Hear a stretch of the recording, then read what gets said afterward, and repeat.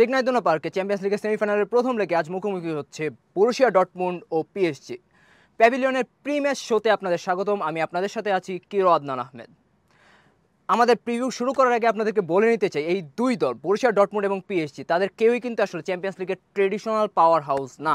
Borussia Dortmund এর আগে champions লিগের সেমিতে খেলেছে মাত্র 4বার, যার সর্বশেষটি ছিল 11 বছর আগে 2012-13 মৌসুমে, যখন তাদের টাচ লাইনে ছিল ইয়র্গেন ক্লপ নামের এক ব্যক্তি। এদিকে পিএসজি এর আগে চ্যাম্পিয়ন্স লিগের সেমিতে খেলেছে 3বার, যার একটিতে তারা ফাইনালে উঠেছে, সেটি ছিল কোভিড মৌসুমে, যখন চ্যাম্পিয়ন্স লিগের সেমিফাইনাল ছিল মাত্র এক লেগে। পিএসজি যে চ্যাম্পিয়ন্স লিগের ট্রেডিশনাল পাওয়ার হাউস না, তা আমরা সবাই জানি এবং মানি। তবে আমরা যদি তাদের সাম্প্রতিক ফর্ম দেখি, সাম্প্রতিক বছরগুলোতে তারা এই টুর্নামেন্টে কিন্তু বেশ উন্নতি করা শুরু করেছে। গত 12 বছরে তারা টানা গ্রুপ স্টেজ পার করে নকআউটে উঠেছে, এবং এই 12 বছরের হিসাব, 12 মৌসুমের হিসাবটা যদি আমরা দেখি, সর্বশেষ 12 মৌসুমে শেষ 16তে তাদের চ্যাম্পিয়ন্স লিগ শেষ হয়েছে 5বার, তারা কোয়ার্টার ফাইনাল পর্যন্ত পৌঁছেছে 4বার, সেমিফাইনালে 2বার এবারেরটা সহ, এবং তারা একবার ফাইনাল খেলেছে। বরুশিয়া ডর্টমুন্ড এবং পিএসজি এর আগে মাত্র 4বার নিজেদের সাথে মুখোমুখি হয়েছে, যার মধ্যে 2বারই ছিল আবার এ মৌসুমে। আমরা জানি গ্রুপ এফে এই দুই দলই এক গ্রুপে ছিল, এবং গ্রুপ এফে তাদের লড়াইয়ে, প্রথম লড়াইয়ে পিএসজি তাদের নিজেদের মাঠে জয় পায় এবং দ্বিতীয় ম্যাচে সিগনা ইদুনায় ডর্টমুন্ড ড্র করে। যদিও হেড টু হেডে পিএসজি এগিয়ে ছিল, কিন্তু ওভারঅল এই গ্রুপ থেকে গ্রুপ চ্যাম্পিয়ন হয়ে কিন্তু নকআউটে ওঠে ডর্টমুন্ডই। এখন আমরা আসি এই দুই দলের রিসেন্ট ফর্মে। ডর্টমুন্ড বর্তমানে বুন্দেসলিগায় 5th হচ্ছে, সো তারা যদি এই টাইটা জিতে তারা নিজেদেরকে একটা বড় ফেভার করবে। আমরা জানি আগামী মৌসুমে চ্যাম্পিয়ন্স লিগ 32 দল থেকে 36 দলে হতে যাচ্ছে, এবং এই এক্সট্রা 4টি স্পটে 2টি স্পট পাবে এই মৌসুমে ইউরোপিয়ান কম্পিটিশনগুলোই সবচেয়ে ভালো করেছে যেই দেশের ক্লাবগুলো।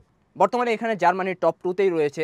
যদি ডর্টমুন্ড ফাইনালে উঠতে পারে তাহলে তারা নিশ্চিতভাবেই বলতে পারবে যে জার্মানির 5th টিম আগামী মৌসুমে চ্যাম্পিয়ন্স লিগ খেলবে। ওভারঅল ডর্টমুন্ডের ফর্ম অ্যাকচুয়ালি খুবই ইনকনসিস্টেন্ট। আমরা যদি তাদের গত 6 ম্যাচের দিকে তাকাই, এই 6 ম্যাচে তারা মাত্র 2টিতে জয় পেয়েছে। আমরা যদি ওদের পুরো সিজনের দিকে তাকাই, সেখানেও অ্যাকচুয়ালি নট দ্যাট গ্রেট। তারা এই সিজনে বায়ার্ন মিউনিক যদিও টাইটেল চার্জ করতে পারেনি খুব একটা, তাদের কাছে একটা বড় সুযোগ ছিল। এবার বায়ার্ন টাইটেল রেসে নেই, তারা টাইটেল রেসে যোগ দেওয়ার, কিন্তু তারা একদমই টাইটেল রেসে পার্টিসিপেট করতে পারেনি। তারা এই মুহূর্তে 5th, অ্যান্ড তারা চ্যাম্পিয়ন্স লিগের স্পটের জন্য লড়ছে। চ্যাম্পিয়ন্স লিগে তারা সেমিফাইনালে উঠেছে ঠিক, বাট এখানেও কিন্তু তাদের ফর্ম ইনকনসিস্টেন্ট। আমরা যদি চ্যাম্পিয়ন্স লিগে তাদের এক্সপেক্টেড গোল এগেনস্টের দিকে তাকাই, তারা পার ম্যাচ তাদের গোল এক্সপেক্টেড গোল এগেনস্ট, অর্থাৎ হচ্ছে পার ম্যাচে তাদের বিপক্ষে গোল হওয়ার কথা স্ট্যাটিস্টিকলি 1.80, অর্থাৎ পার ম্যাচে তাদের প্রায় 2টা করে গোল কনসিড করার কথা। এই মৌসুমে গ্রুপ স্টেজ পার হওয়া কোনো দলেরই এক্সপেক্টেড গোল এগেনস্ট এত বাজে না, বাট তারা তাদের 10 ম্যাচে 18টি গোল কনসিড করার কথা থাকলেও তারা গোল কনসিড করেছে মাত্র 8টি, হুইচ মিনস তারা অ্যাকচুয়ালি মিরাকুলাসলি প্রত্যেক ম্যাচে পার পেয়ে যাচ্ছে। এদিকে লুইস এনরিকের পিএসজি যথারীতি দারুণ ফর্মে রয়েছে। তারা দুদিন আগেই তাদের লিগ শিরোপা নিশ্চিত করেছে, যেটি তাদের 11তম লিগ 1 টাইটেল। এছাড়া আমরা যদি পুরো মৌসুমে তাদের ফর্মের দিকে তাকাই, নভেম্বরের 8 তারিখের পর তারা মোট 32, পিএসজির পোস্টার বয় কিলিয়ান এমবাপেও কিন্তু যথারীতি দারুণ ফর্মে রয়েছে। এই মৌসুমে সব প্রতিযোগিতা মিলিয়ে 44 ম্যাচে 43 গোল এবং 10 অ্যাসিস্ট। এছাড়া চ্যাম্পিয়ন্স লিগে তার ফর্মের দিকে যদি আমরা তাকাই, 10 ম্যাচে 8 গোল, চ্যাম্পিয়ন্স লিগে এক সিজনে তার সর্বোচ্চ টালি, এবং এই 8 গোলের 4টি এসেছে আবার তাদের সর্বশেষ 2 অ্যাওয়ে ম্যাচে, অর্থাৎ রাউন্ড অফ 16 এবং কোয়ার্টার ফাইনালে তাদের 2 অ্যাওয়ে ম্যাচ সোসিয়েদাদ এবং বার্সেলোনার বিপক্ষে তিনি জোড়া গোল করেছেন, which again proves that he is the man for big occasions. Edin টার্জিকের অধীনে গত 2 মৌসুম ধরে অ্যাকচুয়ালি ডর্টমুন্ডের নির্দিষ্ট কোনো ফিলোসফি দেখা যাচ্ছে না।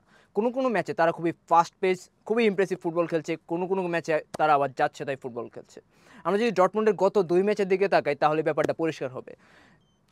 লিগ চ্যাম্পিয়ন লেভারকুজেনের বিপক্ষে তারা 1-1 গোলের খুবই ইমপ্রেসিভ একটা ড্র উপার্জন করতে সক্ষম হয়েছে, কিন্তু তার পরের ম্যাচে আবার লাইপজিগের মাঠে গিয়ে তারা প্রথমে একটা গোল দেয়, সানচোর কার্লারে সুন্দর একটা সূচনা করে তারা, কিন্তু তারপর তারা আবার 4-1 গোলে হেরে ফিরে আসে। ওভারঅল এই ডর্টমুন্ডকে আপনারা আসলে ওলের ম্যান ইউনাইটেডের সাথে কিছুটা তুলনা করতে পারেন। They are a team of more vibe and less tactics. তবে আজকে সিগনা ইদুনায় খেলা, আমরা জানি যে সিগনা ইদুনায় সবসময় ডর্টমুন্ড তাদের নিজেদের সামর্থ্যের চেয়ে বেশি খেলে। আমরা গত ম্যাচে দেখেছি অ্যাটলেটিকো মাদ্রিদের বিপক্ষে তারা 4-2। আমরা জানি অ্যাটলেটিকো বেশ ডিফেন্সিভলি সলিড একটি দল, তাদের জালে মোট 4টি গোল দিতে সক্ষম হয়েছে ডর্টমুন্ড।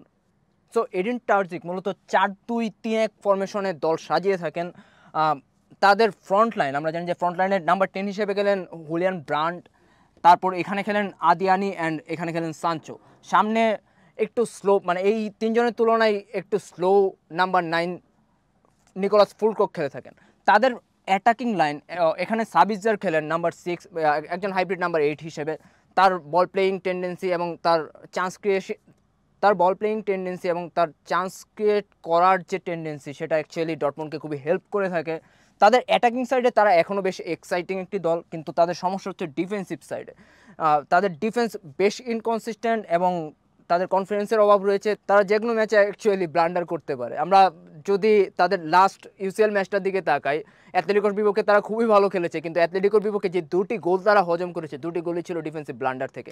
প্রথম গোলটি ছিল ম্যাট হামেলস, টিমের ডিফেন্সের লিডার, তার ওন গোল, এবং দ্বিতীয় গোলটি ছিল হচ্ছে আনহেল কোরেয়ার গোল, যেটা তারা বক্সের সামনে বারবার ক্লিয়ার করার সুযোগ থাকলেও তারা ক্লিয়ার করতে ব্যর্থ হয়। তারা যদি এই ম্যাচেও লুইস এনরিকের পিএসজি সাধারণত 4-3-3 বা 4-4-2 ফরমেশন সাজিয়ে থাকেন। আমরা জানি যে গত ম্যাচের আগে, বার্সার বিপক্ষে ম্যাচের আগে তিনি বলেছেন যে তার খেলায় বার্সার ডিএনএ বেশি রয়েছে জাভি ট্যাকটিক্সের চেয়ে। সো অ্যাকচুয়ালি পিএসজি আসলেই অনেকটা বার্সা সুলভ ফুটবল খেলছে এই মৌসুমে। তারা পিছন থেকে বিল্ড আপ করতে পছন্দ করে। আমরা জানি যে তার আগে যেরকম ফাস্ট পেস ফুটবল ছিল, কাউন্টার অ্যাটাক নির্ভর ফুটবল ছিল, সেখান থেকে সরে এসে তারা অ্যাকচুয়ালি পাসিং নির্ভর ফুটবল খেলা শুরু করেছে। এবং শুধু পাসিং না, তার প্রেসিংয়ে কিন্তু যথেষ্ট ইমপ্রুভ করেছে। সামনে আমরা জানি যে পিএসজির ফ্রন্ট লাইনে রয়েছে 3 এক্সাইটিং ফরওয়ার্ড, কিলিয়ান এমবাপে, কলো মুয়ানি, এবং তবে লুইস এনরিকের ট্যাকটিক্সের সবচেয়ে বড় অস্ত্র আসলে তার ফ্রন্ট থ্রিতে সাধারণত তাদের বেশ কিছু অপশান থেকে থাকে। তাদের মেইনস্টে হচ্ছেন কিলিয়ান এমবাপে এবং ওসমান ডেম্বেলে, স্বাভাবিকভাবেই ওয়ার্ল্ড ফুটবলের সবচেয়ে এক্সাইটিং দুজন উইঙ্গার বলতে পারেন, দুজন ফরওয়ার্ড বলতে পারেন। তার সাথে নর্মালি থাকেন বারকোলা অথবা কলো মুয়ানি, এবং গনসালো রামোসও আছেন অপশন হিসেবে। সো আমরা জানি যে এই 4 জনের মাঝখানে এক গনসালো রামোস বাদে বাকি সবাই কিন্তু অ্যাকচুয়ালি উইঙ্গার টাইপ প্লেয়ার, এবং তাদের সবারই ব্যাপক পেস। সো সামনে যেটা হয়, এই 3 জন মিলে অ্যাকচুয়ালি প্রতিপক্ষ রক্ষণে ব্যাপক হ্যাভক সৃষ্টি করার চেষ্টা করেন, যেহেতু তাদের পেস বেশি এবং তারা ড্রিবলিংয়ে খুবই ভালো, 1-on-1-এ 3 জনই খুবই ভালো।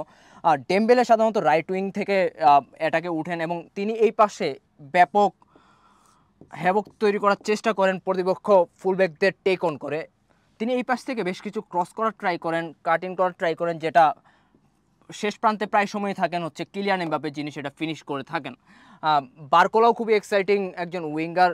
আমরা এই 3 জনের এফিসিয়েন্সির উপরই অনেকাংশে নির্ভর করছে পিএসজি আসলে কেমন সুযোগ তৈরি করবে এবং কেমন ফিনিশ করবে। এই ছিল আমাদের আজকের ম্যাচের প্রিভিউ। এই ম্যাচের রিভিউ নিয়েও আমরা সামনে আপনাদের সামনে হাজির হব। তার আগ পর্যন্ত আমাদের সঙ্গে থাকুন। ধন্যবাদ।